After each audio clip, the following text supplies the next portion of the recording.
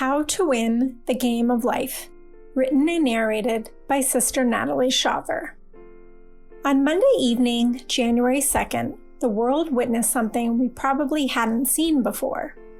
Buffalo Bills safety Damar Hamlin collapsed on the field and suffered cardiac arrest during the football game against the Cincinnati Bengals. At that moment, it was as if time stopped.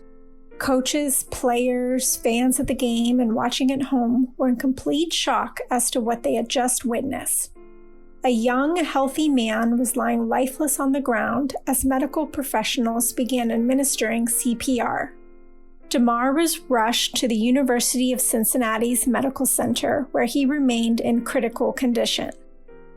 As a proud Cincinnati fan, watching this situation unfold in our backyard was horrifying. Football is supposed to be fun. We never expected anything like this to occur. But what we saw happen in the moments immediately following Damar's collapse was something I'll never forget. Big, strong, tough football players dropped to their knees in prayer, pleading with the Lord to help Damar. These same football players visited him in the hospital and slept by his side. Coaches in the NFL called the game, noting that nothing was more important than Damar's life. Fans around the world took to social media, heads bowed, joining in the prayers of Damar's family and teammates, hoping for a reversal of what they had just seen. A few weeks later, still rattled and feeling unsettled with the entirety of the situation, I began to wonder what I could do beyond just praying for Damar and his family. Feeling a prompting in my heart, I felt directed to ask my employer if there was an opportunity for individuals at my company to become CPR certified, knowing this is what later brought Damar time to arrive at the hospital for further treatment. Damar's experience was the catalyst, but it was something I should have done long ago. To my surprise, my company said yes. Fast forward a few months, and a small group of us spent 4 hours at the local fire department learning the proper techniques to administer CPR in the event of an emergency.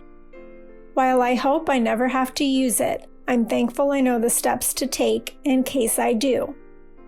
With each breath that I blew into the dummy to practice proper airflow, I kept thinking about the life that the Lord breathes into us each day and how quickly that breath could disappear like it had for Damar. By now, we all know the miracle that God performed in front of our very eyes for Damar.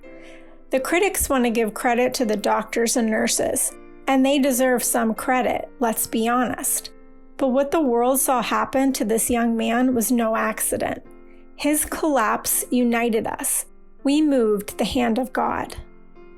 Days later, when Damar awoke from his hospital bed, the first words out of his mouth were, "Did we win?" His doctors replied, "Yes, Damar, you won. You won the game of life." The beauty in that statement is that we, too, have already won the game of life. By choosing to love and serve the Lord all of our days, we have claimed the victory. The scoreboard will forever list us as the winners. No matter the trials or hardships that come our way, we have a coach who will stay by our side from the first step on the field until the clock reads 00:00. And even better, our post-game report will be in a mansion of glory he has promised us. CPR and other medical interventions no doubt contributed to Damar's survival. But make no mistake about it, the Lord has saved each of us spiritually, just as he did for Damar naturally. It's been 6 months since the Bengals vs. Bills game, and Damar's health has been cleared to return to football, should he choose to do so. Whether he does or doesn't isn't important. As he said in his own words, "What happened to me on Monday Night Football I feel is a direct example of God using me as a vessel." May we all have such a desire each day.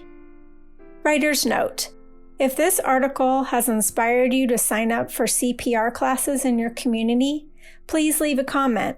You could be used to save someone's life.